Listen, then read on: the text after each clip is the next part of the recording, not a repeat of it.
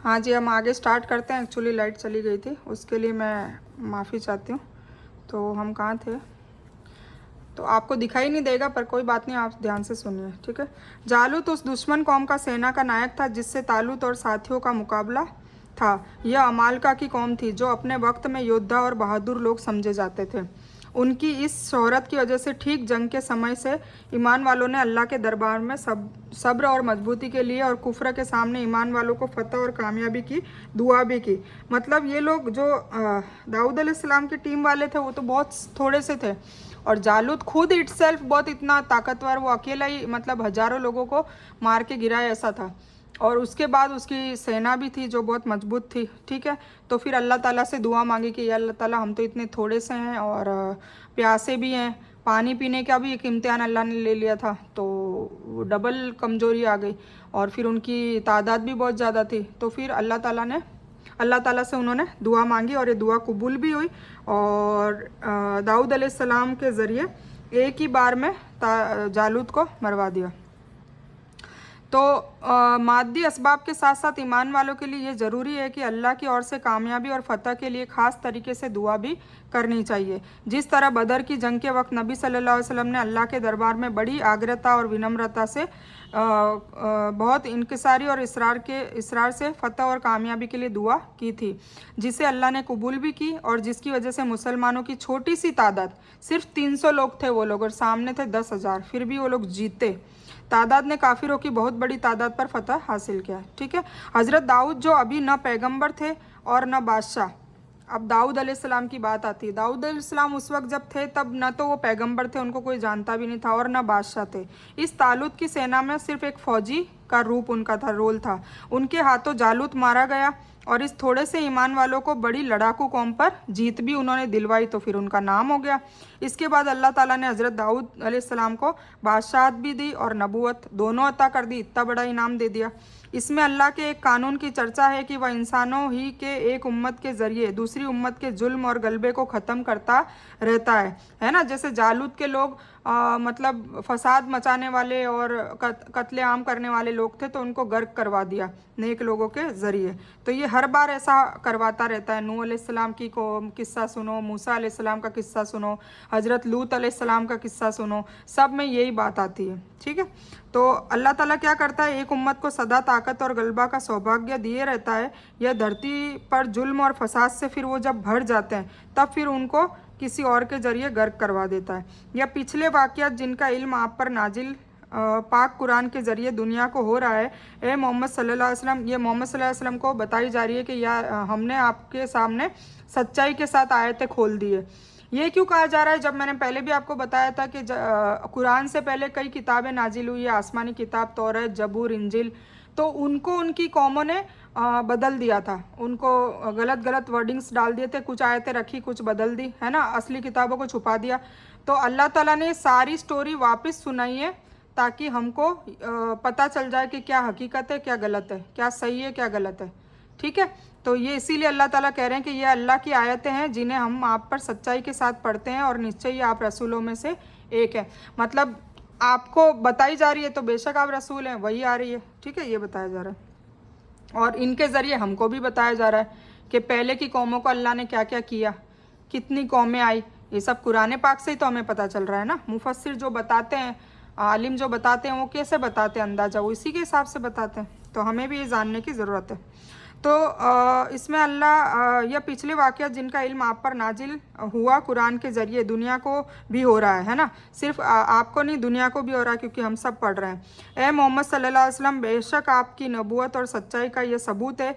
इनका बयान न किसी किताब में किया है न किसी से सुना है, जिससे वाज़ेह हो जाता है कि यह गैब की खबरें ही हैं, ठीक है ना, सारे नबियों की और उनकी, जो वही के ज़रिए अल्लाह ताला आप पर भी उतार रहा है। इसमें आदम अलैहिस्सलाम से लेकर तकरीबन 26 रसूलों की कहानियाँ बताई है। तो वो क्यों बताई है कुरान में? ताकि एक बात का ये भी सबूत हो जाए कि अल्लाह ताला के रसूल आप सल्लल्लाहु अलैहि वसल्लम है, और उन पर अल्लाह ताला ये वही के रूप में बता रहा है, और कुरान पाक में छप गया है। यह रसूल हैं जिनमें से हमने कुछ को कुछ पर फजीलत दी है। उनमें से कुछ है जिनसे अल्लाह ताला ने बात की है, कुछ का मर्तबा ऊंचा किया है। हमने ईसा पुत्र मरियम को मौजज़ा अता किया, पाक रूह से उनका समर्थन कराया। अगर अल्लाह चाहता तो उनके बाद वाले अपने पास निशानियां आ जाने के बाद आपस में कभी भी लड़ाई भिड़ाई न करते, लेकिन उन लोगों ने इख्तिलाफ़ किया। उनमें से कुछ ने ईमान कबूल किया और कुछ काफिर हो गए। अगर अल्लाह ताला चाहता तो ये आपस में न लड़ते, लेकिन अल्लाह ताला जो चाहता है करता है। क्या कह रहा है अल्लाह ताला? यह रसूल है, मतलब सारे जो नबी हैं रसूल की बात कर रही है कि करी जा रही है कि सबको अलग अलग टाइप की फजीलत दी है। कैसे दी है? कुछ ने बात की है, मतलब मूसा अलैहिस्सलाम ने बात की है तो उनको क्या लक़ब दिया? कलीमुल्लाह। कुछ का मर्तबा ऊंचा कर दिया, ठीक है। फिर ईसा अलैहिस्सलाम को बताया जा रहा है कि उनको बिना बाप के पैदा कर दिया और उनके हाथ में मौजज़ा था, मुर्दा को ज़िंदा कर देते थे और कोढ़ की निशानी हाथ फेरते तो वो ठीक हो जाती थी। चिड़िया की उसमें मुर्दा में फूंक मारते तो वो चिड़िया ज़िंदा हो जाती। तो ये सारी चीज़, और पालने में ही बच्चे थे, बिल्कुल छोटे थे, नामौलूद बच्चे, और उसमें ना वो बातें भी करते थे। तो ये सारे मौजज़े ईसा अलैहिस्सलाम को दिए। ऐसे कई फजीलत दी, जैसे दाऊद अलैहिस्सलाम को बादशाहत भी दी और इतनी सुरीली आवाज़ दी कि जब वो जबूर उनके ऊपर नाजिल हुई थी तो जबूर जब पढ़ते थे तो 2 पहाड़ भी हिलते थे, इतनी उनको अच्छा सूर दिया था।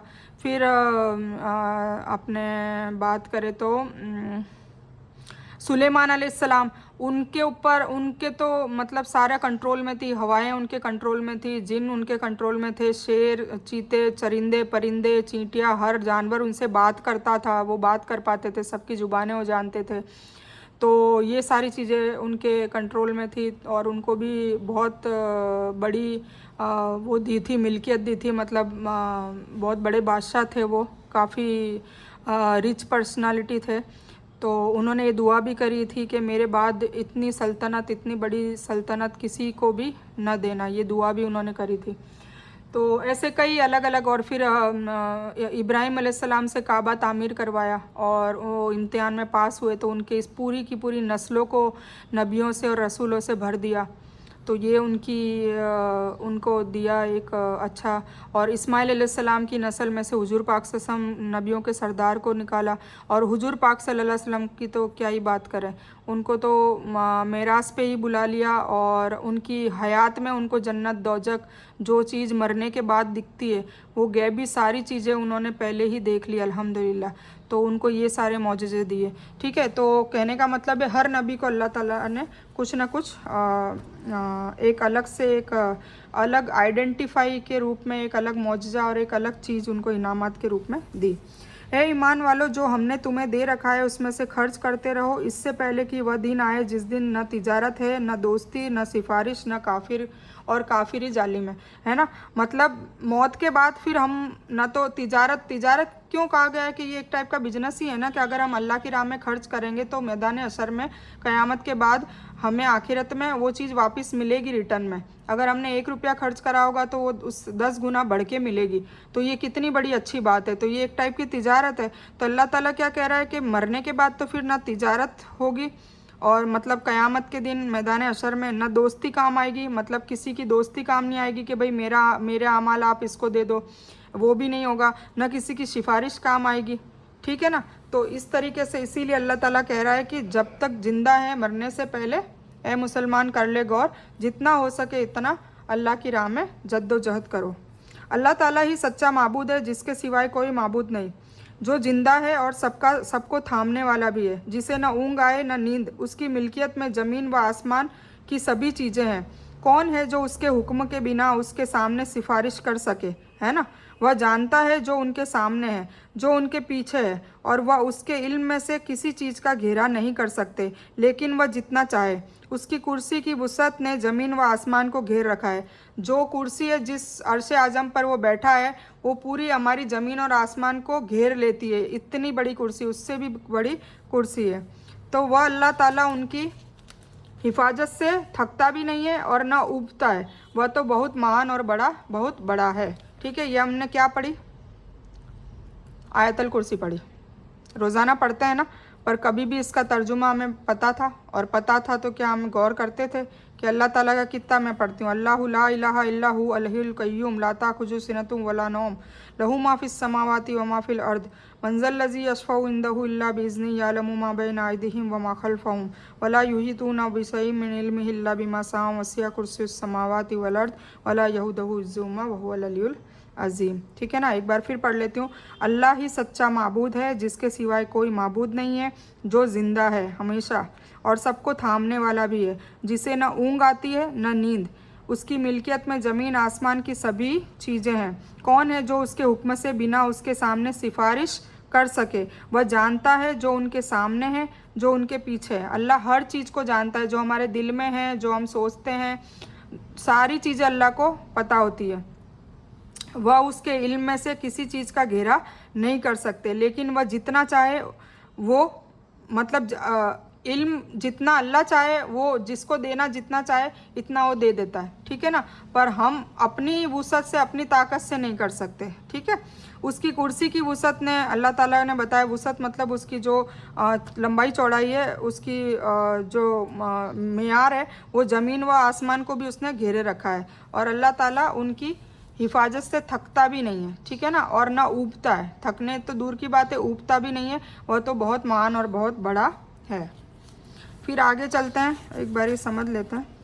मतलब वह मौजिज़ा जो हज़रत ईसा को अता किया गया था, जैसे मरे हुए को जिंदा करना आदि, जिसकी तफसील सूरह आले इमरान में आएगी। पाक रूह से मुराद जिब्रील है, जैसा कि पहले भी गुजर चुका है। पहले हम पढ़ चुके हैं कि जिब्रील अलैहिस्सलाम ने रूह फूंकी थी मरियम अलैहिस्सलाम के पेट में, और फिर ईसा अलैहिस्सलाम का पैदाइश हुई थी बिना बाप के। ठीक है, ये हम पढ़ चुके हैं। यह आयतल कुर्सी है जो अभी मैंने पढ़ी। सही हदीसों में इसका बहुत ही फजीलत बयान किया गया है, जैसे कि यह कुरान की सबसे अजीम आयत है। सबसे अजीम आयत कहा गया है आयतल कुर्सी को। इसको रात को पढ़ने से शैतान से महफूज रहता है। हर बंदा रात को हमेशा पढ़नी चाहिए सोने से पहले, और इसको हर नमाज के बाद भी पढ़नी चाहिए। इसको हर फ़र्ज नमाज के बाद पढ़ने वाले के लिए कहा है कि जब वो मरेगा तो उसका एक पैर जन्नत में और एक ज़मीन पे होगा। तो सोचो, मतलब मरते ही बिना हिसाब किताब के जन्नत में दाखिल किया जाएगा। कितनी बड़ी बशारत है, ये रिवायतों में आता है। दीन के बारे में कोई दबाव नहीं है। दीन के बारे में मतलब दीन किसी को ज़बरदस्ती नहीं अपनाने के लिए कहा जा सकता, बस उसको समझाया जा सकता है। ठीक है, सच झूठ से अलग हो गया। दीन में क्या है, सच और झूठ, उससे सच अलग हो गया झूठ से। इसलिए जो इंसान अल्लाह ताला के सिवाय दूसरे देवों को या किसी भी चीज़ को नकार कर सिर्फ अल्लाह ताला पर ईमान लाता है, उसने मजबूत कड़े को थाम लिया है, जो कभी भी ना टूटेगा। और अल्लाह ताला सुनने वाला और जानने वाला है। ठीक है, फिर ईमान वालों का वली अल्लाह ताला खुद है। वह उन्हें अंधेरे के से रोशनी और में निकाल लेता है, और काफिरों के दोस्त शैतान है। वह उन्हें रोशनी से अंधेरे की तरफ ले जाते हैं। यह लोग जहन्नमी हैं जो हमेशा उसी में पड़े रहेंगे।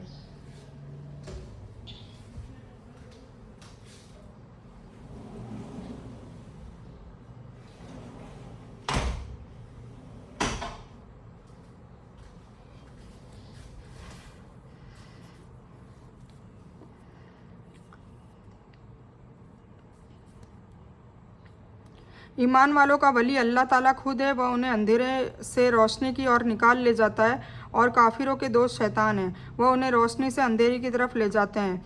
यह लोग जहन्नमी हैं जो हमेशा उसी में पड़े रहेंगे।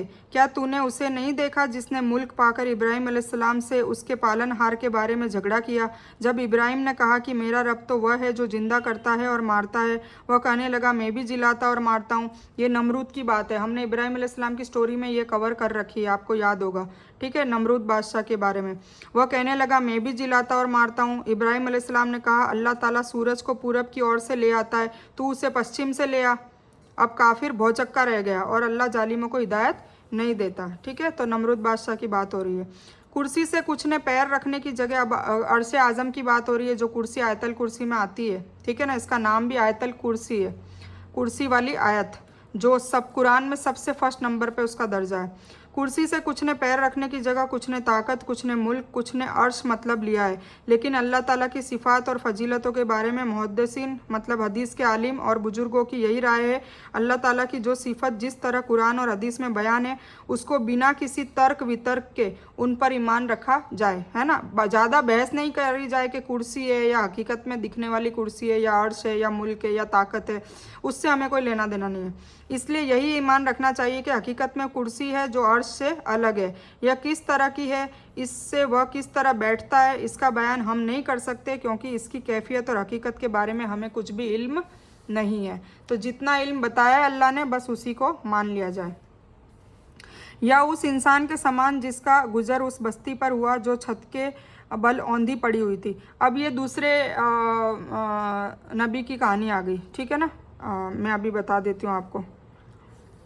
तो या उस इंसान के समान जिसका गुजर उस बस्ती पर हुआ तो छत के बल औंधी पड़ी हुई थी। कहने लगा उसकी मौत के बाद अल्लाह ताला उसे किस तरह जिंदा करेगा। तो अल्लाह ताला ने उसे 100 साल के लिए मार दिया, फिर उसे जिंदा उठाया। पूछा कितनी मुद्दत तुझ पर गुजरी। जवाब दिया 1 दिन या दिन का कुछ हिस्सा। कहा नहीं तू बल्कि 100 साल तक मुर्दा रहा, मतलब जान निकली भी थी, मुर्दा रहा। फिर अब तू अपने खाने पीने को देख कि वो तो बिल्कुल ख़राब नहीं हुआ, और अपने गधे को भी देख, हमने तुझे लोगों के लिए निशानी बनाया है। तू देख कि हम हड्डियों को किस तरह खड़ी करते हैं, फिर उन पर गोश्त चढ़ाते हैं। जब यह सब वाजे हो चुका तो कहने लगा मैं जानता हूँ कि अल्लाह सब कुछ जानने वाला है। ये उज़ैर अलैहिस्सलाम का किस्सा है। उज़ैर अलैहिस्सलाम ने बस ये बात पूछ ली थी कि भाई तू मार कर कैसे ज़िंदा करेगा, तो उनको खुद ही मार दिया था अल्लाह ताला ने, और 100 साल तक मरा हुआ रखा और फिर ज़िंदा करा। फिर पूछा कि तुम कितने टाइम तक ज़िंदा रहे, तो उन्होंने कहा 1 दिन या उससे आधा दिन, और इवन उनका खाना भी सड़ा गला नहीं, और उनके गधे में बिल्कुल वो हड्डियाँ चूर चूर हो गई थी, मतलब हाड़ पिंजर। 100 साल में क्या हाल होता है, तो उसको भी उसमें गोश्त चढ़ाकर और उसको ज़िंदा करके बताया। तो वो बिल्कुल मान गए कि अल्लाह ताला ही सब कुछ जानने वाला है। कहा जाता है कि जब वह इंसान मरा तो थोड़ा दिन चढ़ा था। अब इसमें भी देखो कुछ लोग उनका नाम लेते हैं, कुछ लोग सिर्फ इंसान बोलते हैं, तो हम इसके बारे में भी बहस नहीं करेंगे, ठीक है। कहा जाता है कि जब इंसान मरा था थोड़ा दिन चढ़ा था, और जब वह ज़िंदा हुआ तो भी शाम नहीं हुई थी। तो उसने हिसाब लगाया कि अगर मैं कल आया था तो 1 दिन बीता होगा या दिन का कुछ हिस्सा गुजरा होगा, जबकि हकीकत में वह इस वाक़े की मुद्दत 100 साल की थी। जैसे एक 100 साल का ये किस्सा अल्लाह ताला ने इसमें बयान करके बताया है कि मैं मुर्दा को कैसे ज़िंदा करूँगा, और एक सूरह कहफ में 300 साल गुफा में उनको मारकर ज़िंदा किया, तो ये भी एक मौजज़ा है। तो हमें इन चीज़ों से सबक लेना चाहिए कि अल्लाह ताला जो चाहे वो कर सकता है।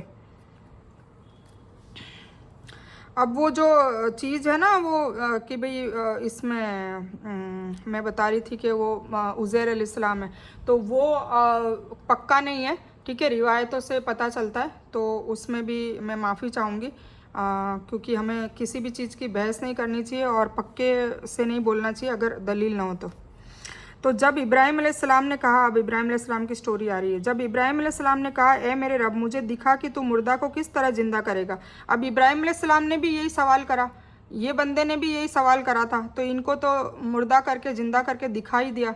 अब इब्राहिम अलैहिस्सलाम को कैसे अल्लाह बता रहा है, तो मुर्दा को किस तरह ज़िंदा करेगा। अल्लाह ताला ने कहा क्या तुझे ईमान नहीं है। जवाब दिया ईमान तो है, लेकिन मेरे दिल को इत्मीनान हो जाएगा कि किस तरह करेगा।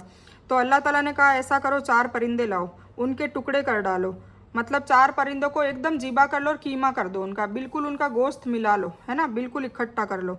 तो और फिर उनकी थोड़ा थोड़ा हिस्सा हर पहाड़ पर रख दो, हर पहाड़ पर उनका एक एक हिस्सा रख दो, फिर उन्हें पुकारो, तुम्हारे पास दौड़ते हुए आ जाएंगे। देखो ये मिरेकल बताया इब्राहिम अलैहिस्सलाम को, मतलब 4 परिंदे अलग अलग नस्ल के लाओ, उनको ज़िबा करो, उनका कीमा बना लो, उनकी स्किन वगैरह सोचिए एकदम कीमा बन गया, पता ही नहीं चलेगा किसका गोश्त है, कौन सा परिंदे का गोश्त इसमें मिला हुआ है, मतलब।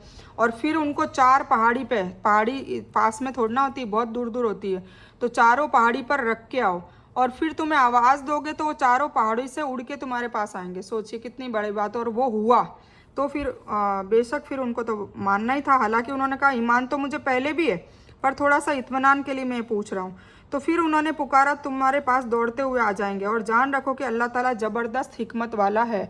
अल्लाह ताला बार बार कई जगह साबित करके भी बता रहा है ना।